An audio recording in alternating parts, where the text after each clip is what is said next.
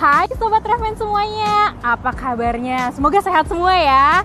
Hari ini aku, Holy Glora, akan menemani sobat-sobat semua untuk hadir di Ngopi Refmen alias Ngobrol Pintar ala Revolusi Mental.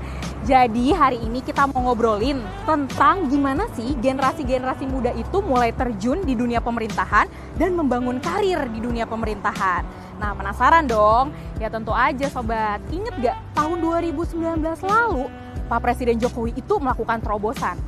Beliau mengundang anak-anak muda untuk menjadi staf khusus milenial dan akhirnya menjadi bagian dari kabinet pemerintahan beliau. Nah, kalau misalnya nih dulu generasi muda tuh cenderung apatis. Sekarang kita bisa lihat ya di media sosial, di ruang-ruang diskusi, anak muda mulai memberi saran, memberi kritik, atau bahkan memilih karir menjadi PNS atau aparatur sipil negara seperti aku ini ya. Nah, satu sisi ini menjadi harapan besar nih bagi pemerintahan Indonesia karena generasi muda diharapkan memberikan energi dan terobosan-terobosan yang baru. Tapi sisi lain ini pasti banyak tantangannya karena anak muda yang dinamis, fleksibel, kadang-kadang suka merasa terkecilkan karena situasi di pemerintahan cenderung kaku atau birokratis. Karena itu kita mau belajar dari satu sosok nih ya. Teman-teman mungkin tahu ya semuanya, sosok ini itu sudah lama berkecimpung di dunia pendidikan.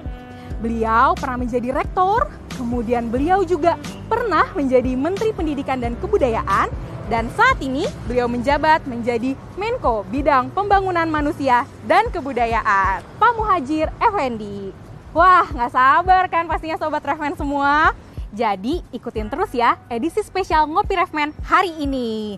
Karena nanti di akhir akan ada kuis yang menarik dan hadiah yang menarik juga untuk Sobat Refmen di rumah.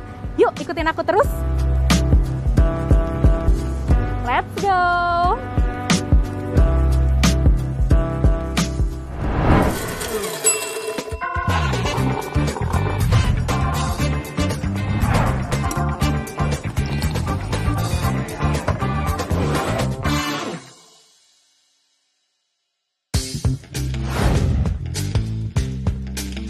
Wah, ini pertanyaannya sederhana tapi sulit. Ya, saya doakan bisa jadi menteri. Amin. Menteri Sosial. Kita refreshing sedikit ya Pak ya. Kita main games boleh Pak? Boleh. Boleh.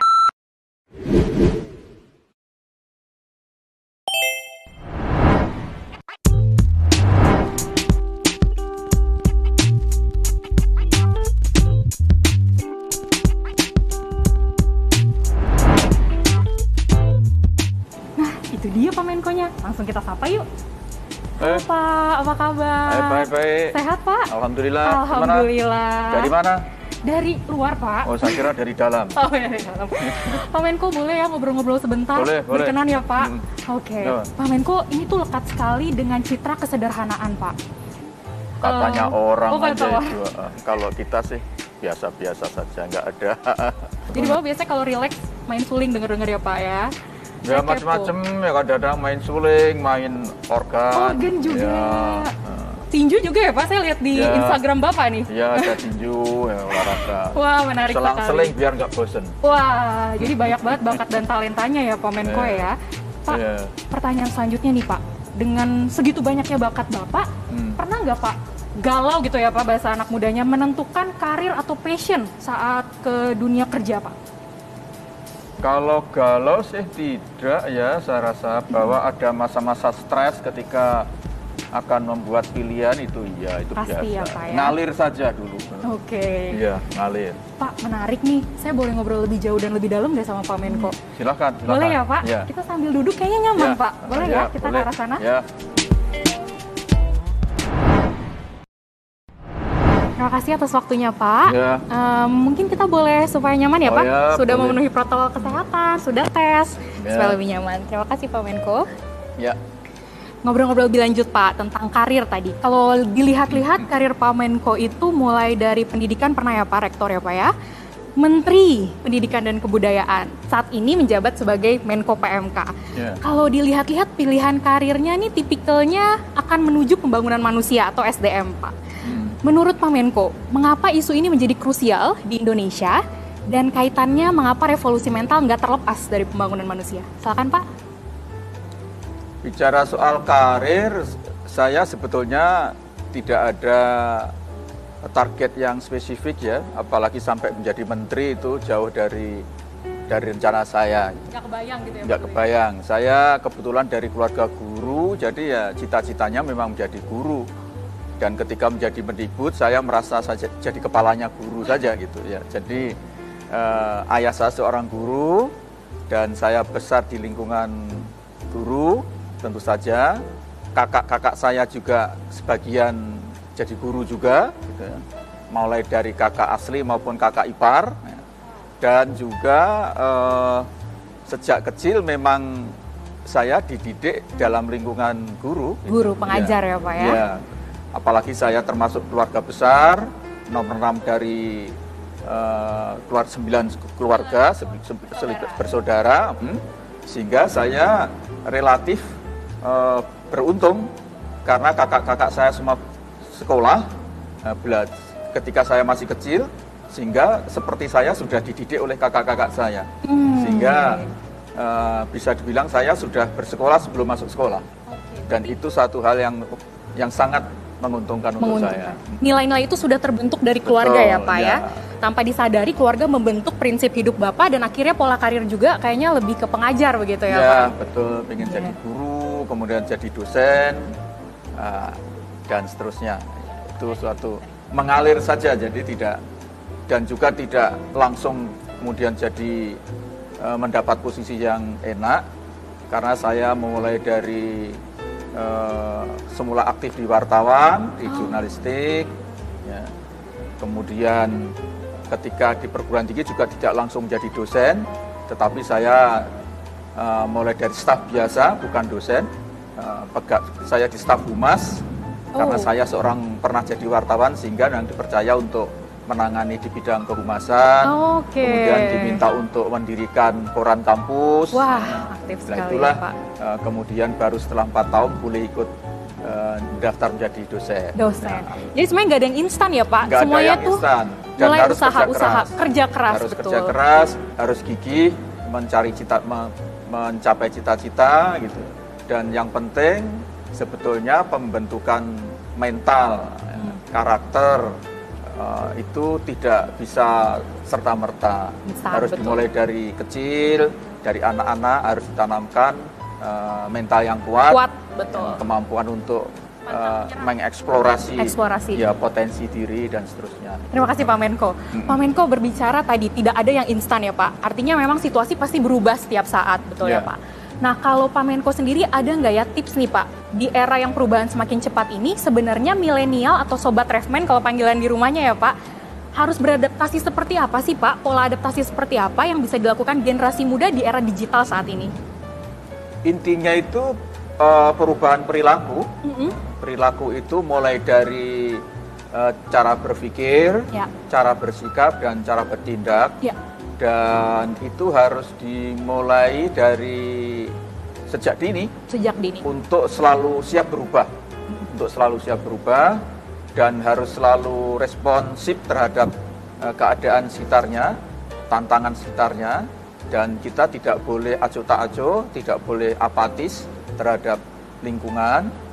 Karena kita tahu bahwa kita tidak mungkin hidup di dalam ruangan yang kosong, tetapi kita akan ditentukan juga oleh lingkungan kita. Di samping kita juga harus bisa menentukan kondisi lingkungan kita, dan itulah inti dari mental. Mental itu tidak hanya untuk diri kita sendiri, tetapi bagaimana juga kehadiran kita bisa membentuk, bisa mempengaruhi lingkungan sekitar kita, terutama lingkungan sosial dalam arti yang baik. Wah, terima kasih banyak Pak Menko. Tidak hanya merubah diri sendiri, tapi perubahan itu bisa berdampak bagi sekitar kita. Betul. Pak, betul sekali. Itu berarti menciptakan banyak keteladanan-keteladanan di masyarakat tentunya ya Pak? Ya, keteladanan, jadi ada beberapa bentuk proses adopsi suatu mental ya, dari seseorang ke orang yang lain. Itu ada proses imitasi, proses meniru, kemudian juga proses mencontoh, dan proses meneladani. Ya, dan itu semua ada di dalam lingkungan sosial, tergantung siapa yang menjadi the significant others kita, siapa yang kita anggap punya makna, kita anggap punya nilai di dalam diri kita itu. Wah, setuju banget Pak. Pak, kalau boleh tahu, significant others atau sosok yang Pak Menko rasa menjadi teladan, inspirasi paten Pak, atau pengalaman yang membentuk Pak Menko menjadi sosok yang saat ini? Kalau waktu masih di keluarga ya ayah tentu saja. Ayah saya adalah orang yang sangat berpengaruh terhadap perkembangan pribadian saya.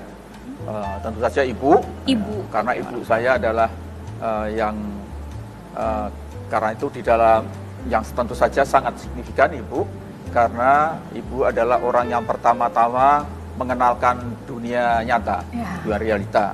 Karena itu ada istilah mother tongue, Pak. Mother tongue atau bahasa ibu. Bahasa ibu itu bukan berarti hanya bahasa yang diajarkan pertama kali oleh ibu pada kita, tetapi termasuk semua yang dirasakan oleh mulut kita itu dari ibu, itulah yang disebut mother tongue.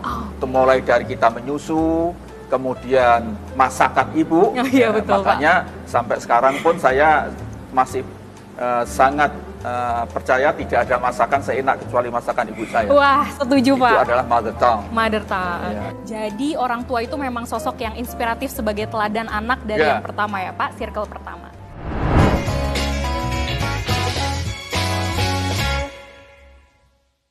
Pak Menko ini banyak sekali perannya Pak. Pak Menko aktif di organisasi masyarakat begitu.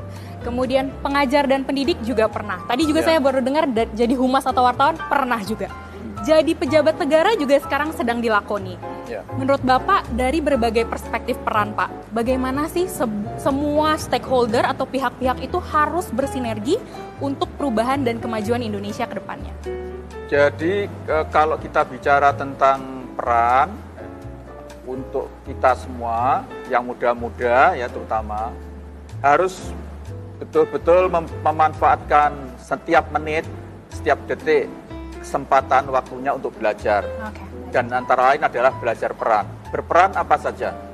Jadi percayalah dengan saya, semakin banyak pengalaman yang kita gali, yang kita peroleh di dalam perjalanan hidup kita, itu akan sangat bermanfaat. Karena suatu saat pengalaman-pengalaman yang tidak kita kira itu akan bermanfaat untuk perjalanan hidup kita, ternyata itu menjadi sangat penting, sangat menentukan.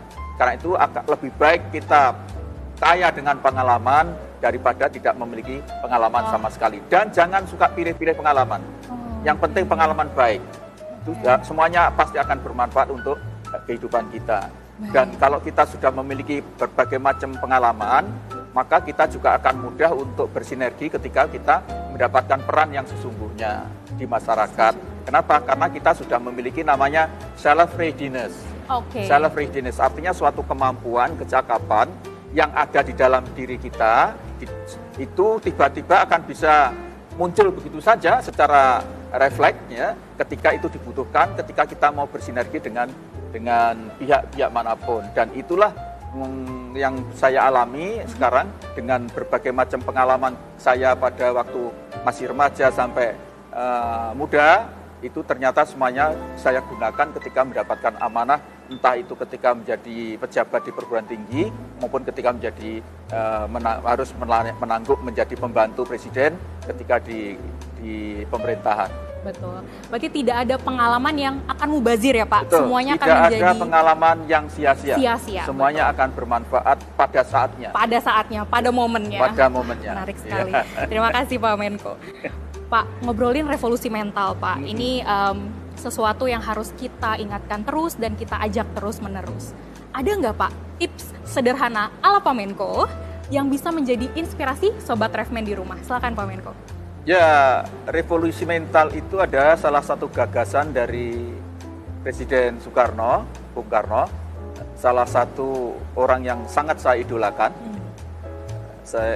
Yaitu apa yang dimaksud revolusi mental? Menurut saya, revolusi mental itu adalah perubahan perilaku, behavior.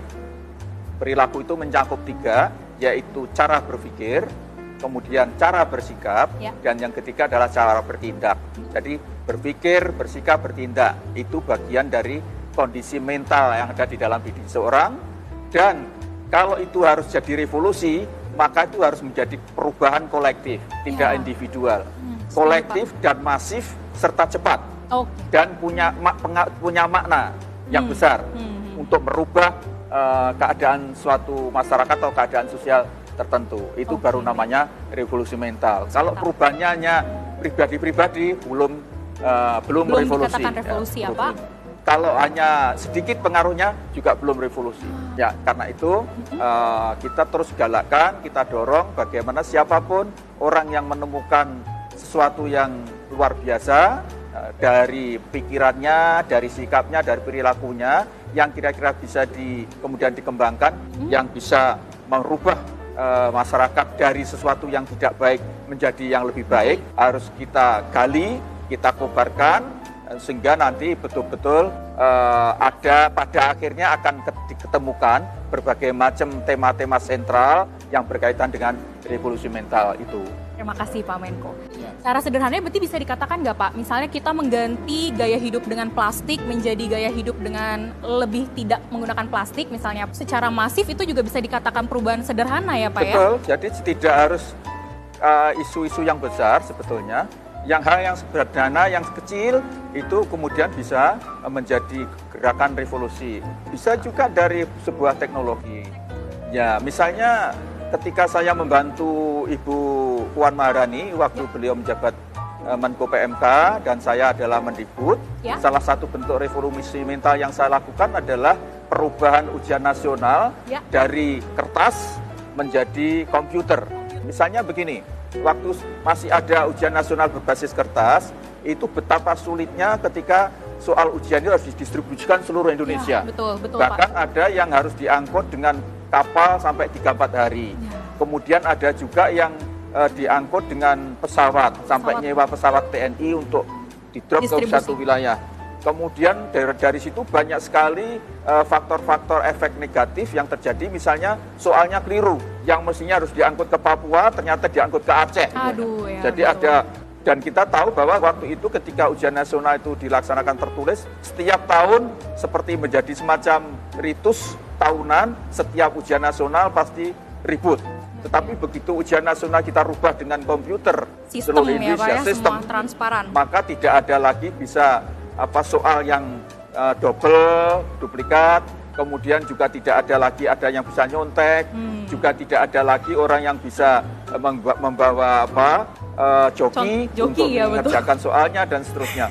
Dan itu kemudian juga terjadilah perubahan-perubahan sehingga anak-anak sekolahan juga sudah tidak ada lagi pikiran bagaimana nanti mau menyontek, bagaimana nanti minta bisa didikte oleh gurunya. Tidak ada.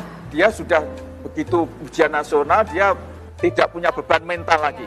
Saya ini adalah untuk diri saya harus belajar sungguh-sungguh kalau saya ingin berhasil, dan saya tidak ada lagi yang menolong kecuali diri saya sendiri dan Tuhan.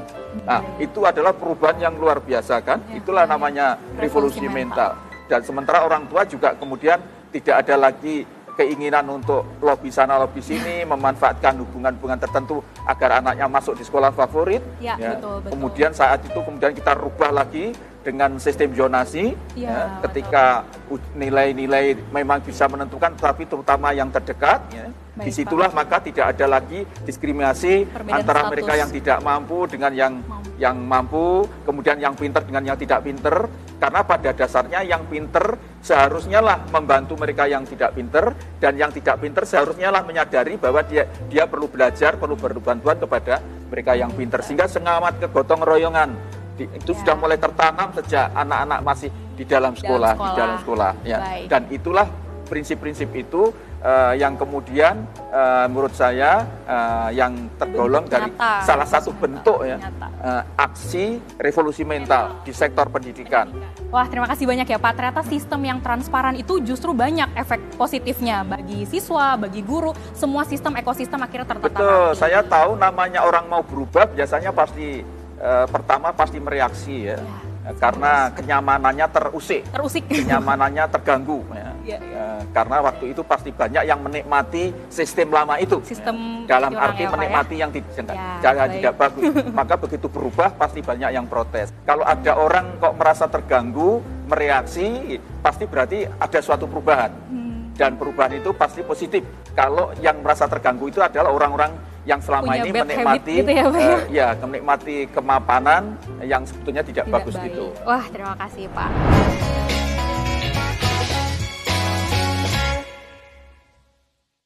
Kalau tadi bercerita Bapak sebagai menteri, Pak, saya mau mohon petunjuk ya nih Pak ceritanya. Jadi generasi muda Pak, kalau dari data BKN saat ini tahun 2021, 30% PNS itu berada di rentang usia 18 sampai 40 tahun Pak. Jadi potensi besar, 30% itu generasi muda masuk dan memilih karir di pemerintahan. Mungkin saya salah satunya ya Pak ya. Nah, tapi kemudian berkaca pada dunia pemerintahan yang mungkin ada kecenderungan kaku, birokratis begitu ya Pak, dengan daya gebrak energi anak muda yang cukup fleksibel atau dinamis. Bapak pernah nggak merasakan waktu muda sudah masuk ke dunia-dunia pemerintahan dan kira-kira kadang suka frustasi Pak, gimana nih kita umbi-umbian gitu ya Pak ya, artinya receh-recehan gitu, bisa melakukan perubahan di sistem birokrasi yang sistemik yang sudah besar. Ada nggak tipsnya nih Pak supaya tetap semangat menjadi agen perubahan di pemerintahan? Jadi bahan baku dari ASN sekarang itu menurut saya jauh lebih baik dibanding zaman saya. Kenapa? Karena kualitas proses belajar mengajarnya, proses pengalaman belajarnya di sekolah juga jauh lebih baik dibanding saya. Kemudian sistem rekrutmennya. Betul Pak. Sistem rekrutmennya juga jauh lebih transparan, lebih objektif dibanding zaman saya. Dan harus diingat bahwa sistem tes ujian ASN yang digunakan sekarang ini juga sebetulnya menggunakan platform yang saya rintis waktu di Kemendikbud. Jadi platformnya persis, soal-soalnya juga yang membuat adalah di Kemendikbud. Jadi karena itu saya bisa pastikan bahwa outputnya kalian semua yang sekarang ASN ini pasti sangat objektif, bisa dipertanggungjawabkan. Teruji ya, nggak ada intervensi ya, nggak ada lagi pejabat bisa titip gitu ya, termasuk Menko PMK. Ya, tapi saya keluar uang loh Pak. Ya. Buat fotokopi sama materai boleh ya Pak ya? Tapi pasti nggak ada, nggak ada yang lainnya ya, betul-betul. Ya itu, ini satu ya yang Pak sudah sangat bagus menurut saya. Kemudian memang birokrasi itu kan bagaimanapun namanya birokrasi itu pasti ada namanya aturan, regulasi, betul, ada hierarki, ada hubungan-hubungan yang hierarkikal, ada pembagian peranan, distribution of authority ya. Dan itu tidak bisa tidak harus dipatuhi ya. Karena kalau tidak dipatuhi namanya bukan birokrasi lagi. Kemudian hubungan yang impersonal ya. Hubungan impersonal, hubungan yang tidak atas dasar mengenal orang per orang, tapi hubungannya atas dasar ikatan kerja. Dan itulah yang harus dibangun di dalam suatu birokrasi. Lah, bahwa kemudian pasti ada namanya hambatan karena adanya keteraturan, itu harus dimaklumi oleh anak-anak muda. Biasanya anak-anak muda tidak suka yang teratur-teratur, maunya serba cepat, maunya serba instan. Harus dipahami bahwa bagaimanapun birokrasi ada aturannya. Semuanya harus tercatat dengan resmi, dipertanggungjawabkan, harus terdokumentasi dengan baik. Siapa yang harus bertanggung jawab itu semuanya bisa dilacak ketika ada pemeriksaan karena harus ada akuntabilitas, ada pertanggungjawaban dan seterusnya itu. Jadi anak muda harus ketika masuk di dalam birokrasi harus belajar dengan itu, harus siap. Adaptatif kalau ya, Pak? Tidak siap jangan masuk di birokrasi. Gitu. Masuklah di dunia yang tidak ada birokrasinya. Gitu. Saya kebetulan memang tidak memiliki pengalaman kerja di birokrasi dalam arti pemerintahan ya. Saya waktu aktif di birokrasi perguruan tinggi swasta ya. Swasta masih kecil dan saya memang sengaja memilih perguruan tinggi yang kecil bukan yang besar gitu ya. Sehingga ketika saya masuk peluangnya untuk berperan besar gitu ya. Karena itu ketika masuk saya mau jadi pembantu rektor gitu. Bukan hanya sebagai petugas administrasi dan itu sangat mungkin karena memang tidak ada yang berminat di perguruan tinggi yang kecil itu. Kalau yang sudah besar, pastilah harus banyak ngantri. Kompetitornya ya dong. Pak. Anda masuk di Kemenko PMK tidak mungkin langsung jadi deputy, mesti harus jadi staf. Nah, itu resikonya karena birokrasinya sudah mapan gitu. Pak, kalau mau membuat terobosan, mau berperan sejak awal dini, masuklah di birokrasi, di organisasi perusahaan yang masih merintis gitu ya, startup gitu ya. Nah, itu Anda berperan di situ. Tekuni sungguh-sungguh sampai besar, nanti kemudian Anda pasti akan lebih cepat karirnya dibanding di birokrasi yang sudah relatif mapan itu. Baik, terima kasih. Saya agak sombong saya sampaikan, saya umur 27 tahun sudah jadi pembantu rektor. Wah, tepuk tangan dong nih Sobat Rehman, keren ya. Tapi jangan kaget, perguruan tingginya mahasiswanya hanya 700. Oke. Ya, 700. Kemudian kalau walaupun pembantu rektor kalau bikin undangan bikin sendiri, stempel-stempel sendiri, tanda tangan sendiri, diedarkan sendiri. Karena memang sekaligus pembantu rektor ngerangkep juga jadi staf biasa gitu. Karena nggak ada staf gitu. Nah, kemudian itulah kita bina bersama-sama senior saya termasuk signifikan other saya, misalnya almarhum Pak Malik Fajar ya. Kemudian kita tekuni, ngantornya mulai jam 7 pagi sampai jam 2 malam. Wah, kita tangani semua sampai akhirnya besar menjadi kampus besar. Ya itulah kalau kita ingin punya sejarah membuat legacy, mulailah dari yang kecil, besarkan. Ya. Kalau kalian masuk di dalam birokrasi yang sudah terlalu besar, sulit untuk kemudian tiba-tiba menjadi besar. Baik. Tentu saja harus mengikuti hierarki yang ada di birokrasi itu. Berarti bisa dikatakan nih, Sobat Refman yang PNIs muda nih, jangan khawatir kalau masih fotokopi ya Pak ya, ngasih undangan jangan khawatir. Nanti mana tahu bisa jadi Menko PMK kayak gini ya kan, siapa tahu ya Pak ya. Jadi dari hal-hal kecil harus tetap stabil dan persisten untuk perubahan. Ya, jadi saya ingatkan yang muda-muda ini kalian semua, jangan menghindari pekerjaan yang kecil. Karena yang besar itu berasal dari yang kecil-kecil. Kalau kalian nanti tiba-tiba menjadi besar, tidak pernah menangani yang kecil-kecil, Anda akan ditipu oleh orang-orang yang menangani kecil-kecil ini. Dan Anda pasti tidak akan bisa menyalahkan atau membetulkan pekerjaan dari yang kecil-kecil itu, karena Anda tidak pernah punya pengalaman menangani yang kecil-kecil itu. Karena itu jadi orang jangan suka pilih-pilih, gitu. Justru carilah tantangan dengan pekerjaan-pekerjaan yang kecil dan sulit, ya. Dan Anda pecahkan pekerjaan itu. Tidak ada suatu kepuasan yang luar biasa kecuali bisa memecahkan persoalan yang sulit yang kita hadapi. Kita jangan suka lari dari kesulitan gitu. Salah satu penyakitnya anak muda adalah ingin segera quick yielding, ingin panen cepat gitu. Sudah sekolah dari luar negeri, sudah master, kok di sini hanya jadi tukang fotokopi ya, fotokopi. Nah, ini bukan kelasnya gitu. Mulailah dari yang kecil. Janganlah segera merasa kepedean untuk berada di posisi yang tinggi tanpa punya pengalaman yang kecil-kecil tadi itu. Baik. Ya. Berarti kita harus maknai setiap pengalaman mulai dari hal kecil itu pasti yang tadi Bapak bilang ya, menjadi tacit knowledge yang nanti pasti ada suatu saat akan berguna. Betul. Dan tidak dikibulin. Betul. Ya Pak ya. Kumpulkanlah pengalaman sebanyak-banyaknya, pengalaman hidup sebanyak-banyaknya, cari tantangan sebanyak-banyaknya. Siap. Dan hindari kemungkinan Anda ada waktu yang hilang untuk bersantai terlalu banyak. Ya. Usahakan tiap menit, tiap jam adalah punya makna untuk masa depan kalian. Terima kasih. Karena pada suatu saat ketika kebetulan kalian mendapatkan amanah, mendapatkan berkah dari Tuhan posisi tertentu, ya, Anda tidak akan mengalami namanya grogi, mengalami silau terhadap kekuasaan itu gitu. Dan nanti seandainya suatu saat tidak lagi menjabat juga enak saja, karena toh selama ini juga sudah pengalaman jadi orang tidak menjabat gitu. Tapi kalau tiba-tiba kalian menjabat, tidak pernah menjadi orang dari bawah, nanti kalau tidak menjabat lagi akan mudah kena post power syndrome. Karena tidak pernah menjadi orang yang tidak pernah menjabat.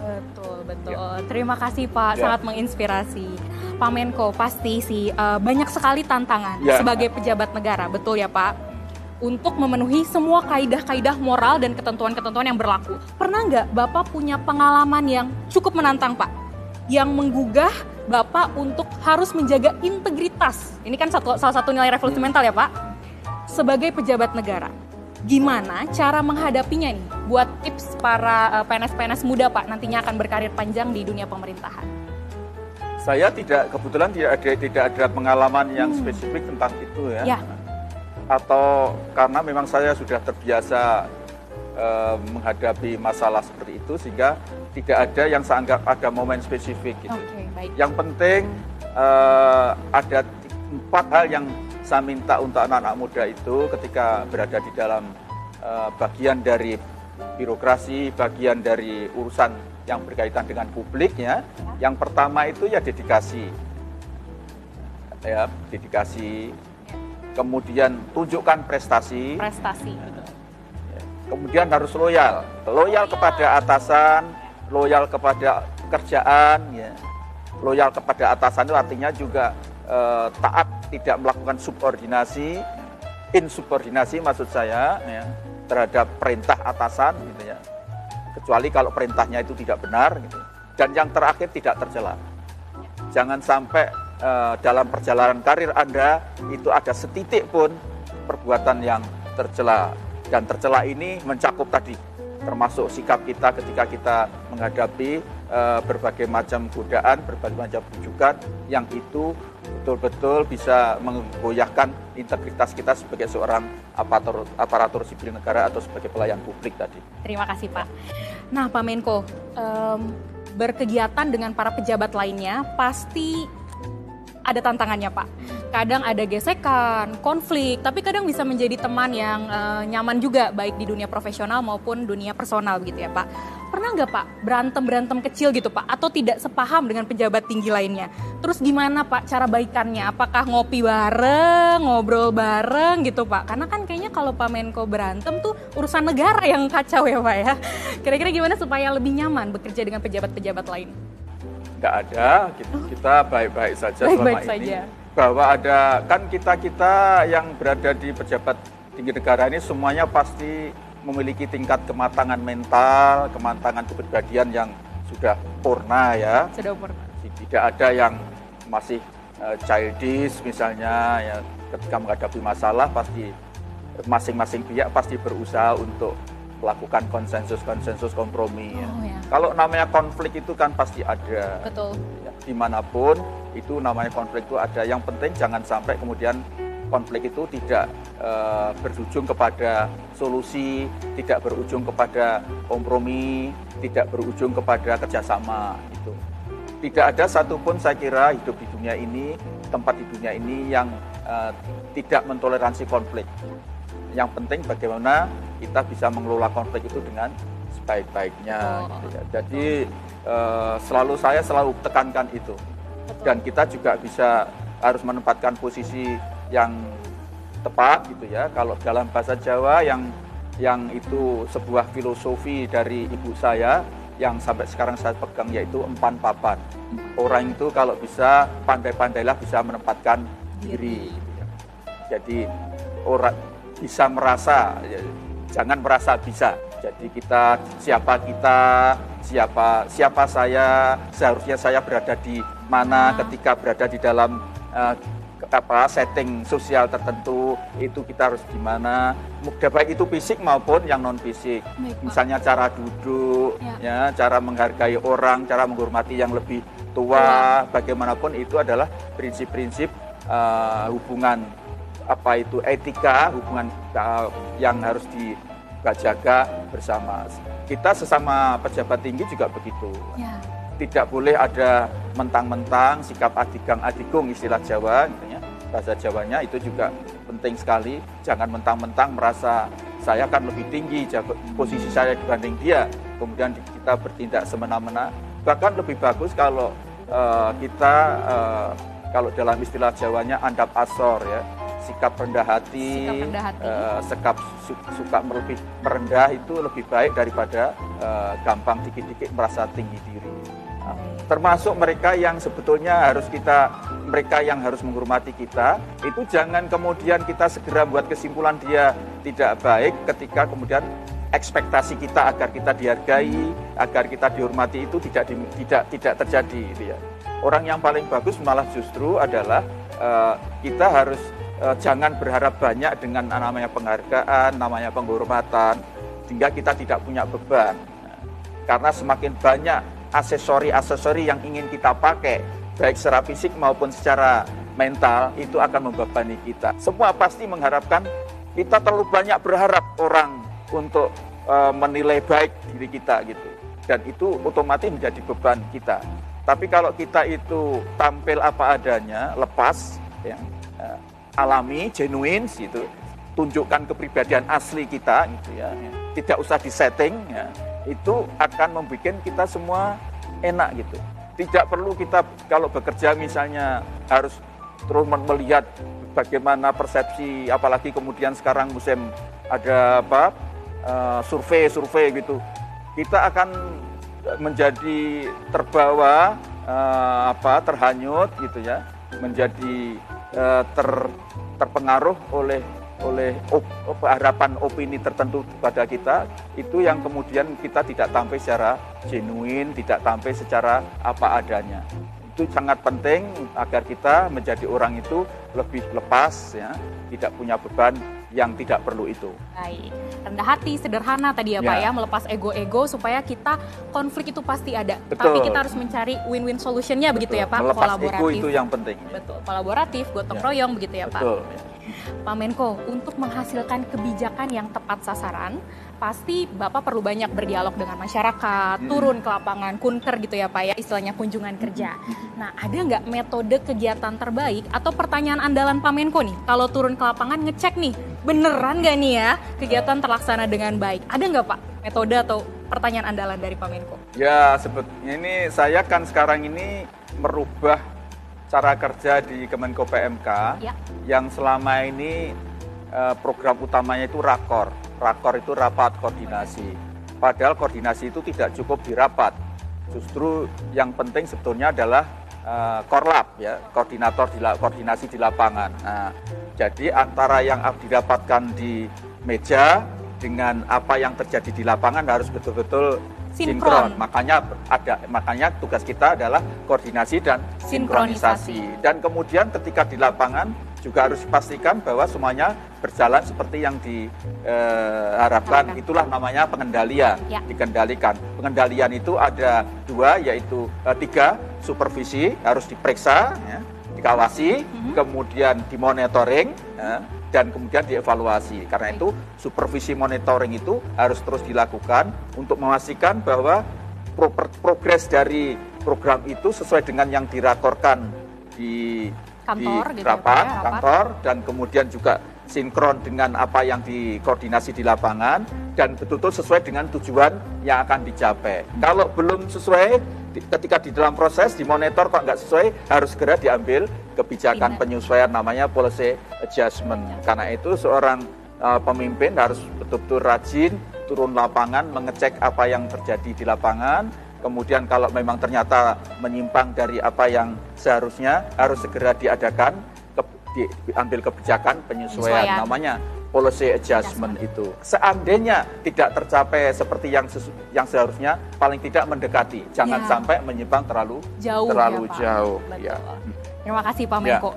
Tadi saya udah panjang lebar ngobrol sama Pak Menko. Mungkin saat ini kita mau kasih kesempatan Pak. Jadi ada Sobat Refman dari rumah nih, nitip pertanyaan. Penasaran nggak Pak Menko pertanyaannya? Sampai jangan settingan loh ya. Iya, nggak dong. Kita cek yuk Pak, apa pertanyaan dari Sobat Refman di rumah. Apa kalau aku cita-citanya mau jadi menteri, aku harus ngapain ya? Oke, gimana tuh Pak? Wah, ini pertanyaannya sederhana tapi sulit ini, ya. Sulit untuk dijawab, apalagi dilaksanakan. Wah. Nah, jadi menteri itu yang penting adalah harus belajar rajin. Rajin belajar.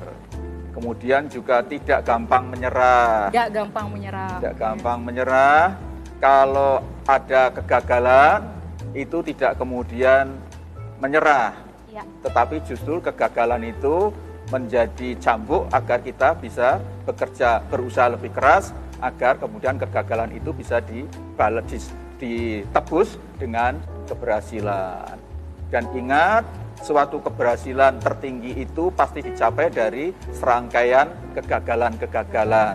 Dan setiap kegagalan itu pasti ada diikuti dengan keberhasilan. Karena kalau di dalam ajaran Islam, Al-Quran itu disebutkan inna ma'al usri yusra, inna ma'al usri yusra. Setiap kesulitan itu pasti akan diikuti dengan kemudahan. Ya, dan setiap kemudahan jangan kemudian berhenti, cari peluang baru, cari tantangan baru, menghadapi kesulitan baru, kemudian diselesaikan kesulitan itu, kemudian akan menemukan kemudahan lagi. Terus jadi sulit, mudah. Semakin terus, nanti semakin lama, kalau semakin banyak pengalaman memecahkan atau mengatasi kesulitan, dan kemudian mendapatkan kemudahan itu, insya Allah itu adalah tangga keberhasilan. Tidak harus menjadi menteri, karena menteri itu jumlahnya terbatas, kalau nanti tidak jadi menteri seolah kemudian gagal total. Enggak ya, Tapi Pak? perjalanan hidup ini masih panjang. Saya minta untuk pokoknya yang penting cari pengalaman sebanyak-banyaknya soal nanti menjadi menteri atau menjadi diplomat atau menjadi Guru juga boleh ya, Pak? guru Dosen. atau menjadi presiden, menjadi rektor, itu kita serahkan kepada Yang Tuhan. Ya, man proposes, God disposes. Manusia berhak berikhtiar, sedangkan Tuhan yang akan menentukan. Tetapi Tuhan pasti ketika menentukan, pasti juga pilih-pilih hanya mereka yang memang berusaha keras, berikhtiar dengan sungguh-sungguh saja, yang kemudian akan dipilih oleh Tuhan dengan sebuah keberkahan atau keberuntungan. Ya, jadi berdoa dan belajar sungguh-sungguh itu harus dilakukan. Iya, saya doakan bisa jadi menteri. Amin. Apa nih, Pak? Menteri Cocoknya sosial. apa? Nah, Sosial cocoknya Kaisar ya, jadi betul-betul. Nanti Wah, jadi Mama. dokter dulu, Dokter dulu. atau jadi sarjana jurusan sosiologi, Ya. kemudian nanti jadi menteri sosial atau jadi Menko PMK juga. Boleh. Ya. Ibunya pasti bapaknya Ya, juga senang nih di seperti rumah. Ibu Puan Maharani. Amin. Ya. Amin. Ya, terima kasih Kaisar. Terima kasih Kaisar. Selanjutnya Pak, boleh ya Pak? Pertanyaan Boleh. kedua nih ya Pak ya. Assalamualaikum warahmatullahi wabarakatuh. Semenjak menjadi Menko PMK, pasti sering dong ke daerah-daerah. Apa ada pengalaman yang berkesan? Boleh diceritakan? Terima kasih. Namanya seperti Pak Bakir Manan, Muhammad Bakir. Saya jadi Menteri Menko PMK kan belum sampai 2 tahun, jadi pengalamannya belum banyak-banyak amat. Jadi apalagi begitu jadi Menko PMK baru mau merancang, mendesain pembangunan manusia dan kebudayaan Indonesia, yaitu di dalam siklus perjalanan pembangunan manusia Indonesia, ternyata langsung dihadapkan dengan wabah COVID-19. Jadi ceritanya sekarang ini banyak mengurus COVID-19, Mas Bakir. Mulai dari awal ketika saya harus merancang penjemputan mahasiswa Indonesia yang terjebak di kota Wuhan di Cina, kemudian segera disusul harus menyelamatkan anak-anak buah kapal yang ada di Diamond Prince. Yang Diamond Princess ini kapal pesiar yang sudah menjadi epicentrum karena lebih dari 50% penumpangnya sudah positif kena COVID dan yang meninggal sudah lebih dari 15 orang gitu. Dan kemudian juga ada anak buah kapal dari Indonesia yang juga sudah mulai terpapar COVID-19. Waktu itu adalah pilihan sulit, apakah dibawa pulang ke Indonesia atau dibiarkan di Jepang gitu ya, atau dibiarkan di tengah laut gitu ya. Karena waktu itu orang semuanya ketakutan dengan COVID gitu. Dengan saya kemudian kita putuskan kita bawa pulang ke Indonesia dengan pengawalan yang sangat ketat ya. Termasuk juga ada anak buah kapal yang lain ya, yang juga kita jemput dari World Dreams ya, juga sama nasibnya. Kemudian mulailah wabah COVID menyerbu Indonesia, menyebar ke Indonesia, dan terus kita tangani alhamdulillah dengan segala cara, dengan segala dukungan dari terutama support dari Bapak Presiden Pak Joko Widodo yang hampir tiap malam selalu telepon mengenai perkembangan dari penanganan COVID ini. Dan kita sekarang sudah memasuki tahun kedua ya.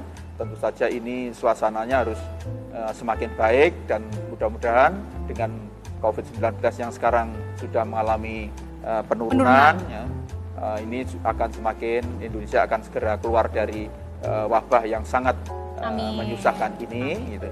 Tapi harus diingat, kita harus hati-hati betul karena ini COVID cerdas ya, virus cerdas yang perilakunya sulit untuk diramal, ditafsirkan. Kemudian strain barunya, varian barunya juga cepat sekali dibanding virus-virus corona sebelumnya gitu ya. Karena itu kita juga harus tetap waspada, dan harus dicatat betul ya bahwa sekarang seluruh dunia mengalami kenaikan COVID ini ya, termasuk India yang semula kita puji-puji berhasil, terpaksa sekarang juga mengalami kenaikan sampai vaksin yang mestinya harus dibagi ke negara lain termasuk Indonesia di stop hanya untuk digunakan untuk kepentingan India sendiri, termasuk Remdesivir ya.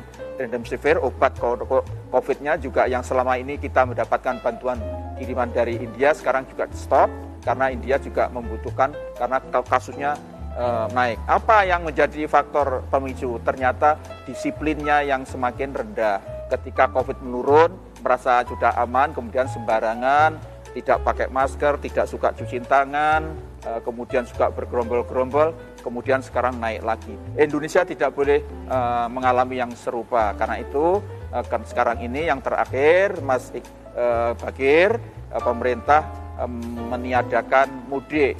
Ini penting, harus kita dukung bersama-sama karena pengalaman sudah menunjukkan, tesis ya, bukan lagi hipotesis, bahwa setiap libur panjang kemudian diikuti dengan gerakan orang besar-besaran, itu dibolehkan, maka sekitar 2 minggu berikutnya pasti kasus akan menaik, angka kematian akan sangat tinggi. Karena itu selama mudik ini kita larang. Kenapa kita larang, kita tiadakan? Karena mudik ke depan ini potensinya untuk yang akan mudik itu 73 juta orang, jumlah yang sangat banyak.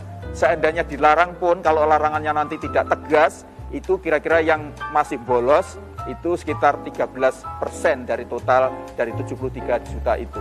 Dan ini sangat berbahaya. Karena itu kita tidak mau terjadi terulang. Kenapa? Karena ongkosnya jauh lebih mahal dibanding manfaat dari mudik itu. Ya, kalau di dalam kaidah agama itu disebutkan darul mafasid muqaddamun ala jalbil masalih. Itu artinya apa? Mendahulukan sesuatu yang sangat mengancam, ya, yang merugikan, yang merusak, itu harus diutamakan daripada hal yang kira-kira bermanfaat tapi sebetulnya belum tentu terjadi. Memang silaturahmi pada musim mudik bagus, sunnah hukumnya gitu ya. Tetapi kalau kemudian melaksanakan sunnah itu pada akhirnya banyak korban yang meninggal gitu ya, itu maka menghindari kemungkinan terjadinya korban yang banyak itu harus diutamakan daripada silaturahmi. Toh silaturahmi ini sunnah, tidak harus pada waktu lebaran, tidak harus waktu mudik. Kapan nanti setelah lebaran ketika COVID-nya sudah turun drastis, sudah aman betul, silahkan tidak hanya 5 hari atau 6 hari pada bulan, setahun penuh juga boleh bersilaturahmi, tidak dilarang. Jadi ini yang menjadi pertimbangan pemerintah, bahwa kekecewaan itu, ketidaksenangan itu, ketidakpuasan itu, kemarahan itu akan terbayar lunas ketika COVID ini akhirnya memang betul-betul bisa diatasi dengan cara meniadakan mudik ini. Amin. Ya, itu. Kita doain bersama-sama ya Pak ya, pandemi segera kelar. Tadi boleh. Nah itu, jadi kalau ditanya pengalaman apa Pak menarik. Menko, yang paling menarik ya tadi ini, menangani COVID ini, yang belum pernah ada kasusnya, yang kita tidak pernah menangani sebelumnya, jadi harus belajar, baca buku, sering browsing internet, bahkan saya harus belajar dulu istilah PCR aja saya nggak tahu waktu itu. Ternyata polymerase chain reaction, itu ternyata alat yang digunakan untuk mengetes status dari virus, apakah itu virus corona atau bukan corona. Dan itu ternyata adalah inti alat yang paling penting ketika kita mau menghadapi COVID. Termasuk herd immunity misalnya. Herd immunity saya juga lihat, apa sih herd immunity ini? Ternyata kekebalan kawanan. Artinya apa? Kalau nanti sebetulnya ada kekebalan alami, jadi kalau orang itu sudah kena virus, bagian besar kena virus, mungkin ada yang meninggal, juga mungkin yang meninggal juga banyak, kemudian ada yang bertahan, maka yang bertahan ini secara tidak langsung membangun pagar. Mereka yang belum terjangkit itu bisa terhindar, terpagari, terlindungi oleh mereka yang telah terjangkit oleh herd immunity itu. Tetapi herd immunity secara alami itu sangat berisiko. Risikonya itu akan banyak orang meninggal. Maka kemudian pakailah vaksin. Jadi vaksin ini adalah alat untuk membangun pagar tiruan, ya, pagar artificial agar mereka yang belum terkena COVID ini bisa selamat dari wabah COVID itu. Jadi belajar terus itu, belajar, ya. Sampai sekarang pun ini masih kita harus pelajari betul ini. COVID ini memang COVID cerdas. Ini saya kira salah satu bentuk kekuasaan Tuhan untuk menunjukkan bahwa kita ini bukan siapa-siapa. Betul, Pak. Ketika kita bicara tentang artificial intelligence, seolah artificial itu adalah Tuhan baru gitu, maka Tuhan yang Maha Kuasa menunjukkan, ini loh, kamu mengagung-agungkan artificial intelligence, ini ada virus intelligence. Jadi virus intelligence, virus cerdas atau intelligent virus. Jadi virus cerdas yang tidak bisa dilihat, tapi tidak ada satupun manusia yang bisa punya keberdayaan untuk bisa menaklukkan virus yang tidak terlihat ini. Itu. Ada hal yang tidak bisa dikontrol ternyata ya Pak jadi ya. ada hikmah Ada balik hikmah. COVID-19 ini untuk menunjukkan bahwa kita ini sebetulnya bukan siapa-siapa Siapa-siapa. di mata Tuhan yang Maha Kuasa. Ya.